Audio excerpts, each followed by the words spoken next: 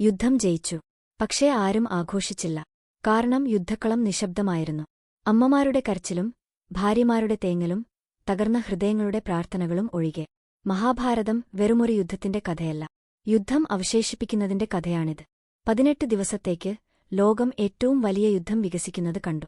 യോദ്ധാക്കൾ ഏറ്റുമുട്ടി, തന്ത്രങ്ങൾ അത്ഭുതപ്പെടുത്തി, അമ്പുകൾ പറന്നു, രാജാക്കന്മാർ വീണു.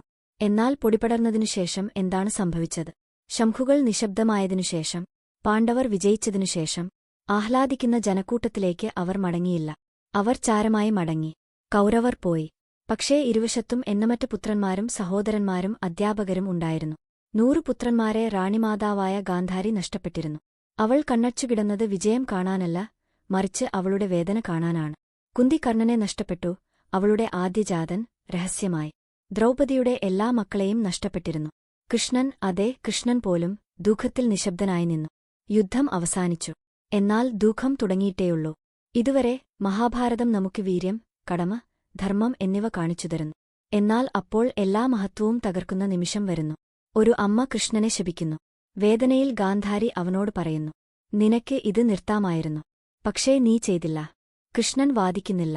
അവൻ പ്രതിരോധിക്കുന്നില്ല. അവൻ കേൾക്കുന്നു. കാരണം ദിവ്യൻ പോലും ദുഃഖം ഇല്ലാതാക്കാൻ കഴിയില്ല. അവൻ പോലും അറിയാമായിരുന്നു, ഹിംസയുടെ വില ഒരിക്കലും അത് ആരംഭിച്ചവരല്ല, പക്ഷേ അതിനെ അതിജീവിക്കുന്നവരാണ്.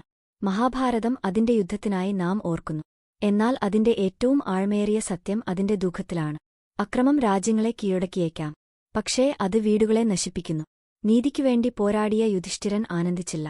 സിംഹാസനം വിട്ടുകാട്ടിൽ ജീവിക്കാൻ അവൻ ആഗ്രഹിച്ചു. ചിതയിൽ പണിയുമ്പോൾ വിജയം ശൂന്യമായി തോന്നി. ഈ ഇതിഹാസത്തിന്റെ കാതൽ അതാണ്. അക്രമത്തിന്റെ വില ഏറ്റവും കൂടുതൽ വഹിക്കുന്നത് നിരപരാധികളാണ്. രാജാക്കന്മാരല്ല, പട്ടാളക്കാരല്ല. പക്ഷേ കാത്തിരിക്കുന്ന അമ്മമാരാണ്, മനസ്സിലാക്കാത്ത കുട്ടികളാണ്, ഒരിക്കലും സുഖപ്പെടുത്താത്ത കുടുംബങ്ങളാണ്. വർഷങ്ങൾക്ക് ശേഷം, എല്ലാം കഴിഞ്ഞപ്പോൾ, പാണ്ഡവർ ഭരിച്ചപ്പോൾ, സ്വന്തം നഗരമായ ദ്വാരക കണ്ടെത്താൻ കൃഷ്ണൻ പോലും തിരിച്ചെത്തി മുങ്ങിമരിച്ചു. അവന്റെ കുടുംബം നശിപ്പിക്കപ്പെട്ടു, സ്വന്തം കൈകളാൽ. അതിനാൽ അടുത്ത തവണ നമ്മൾ യുദ്ധങ്ങളെ മഹത്വപ്പെടുത്തുമ്പോൾ, സാങ്കൽപ്പികമോ യഥാർത്ഥമോ, കുരുക്ഷേത്രത്തിനു ശേഷം എന്താണ് സംഭവിച്ചതെന്ന് നമുക്ക് ഓർമ്മിക്കാം.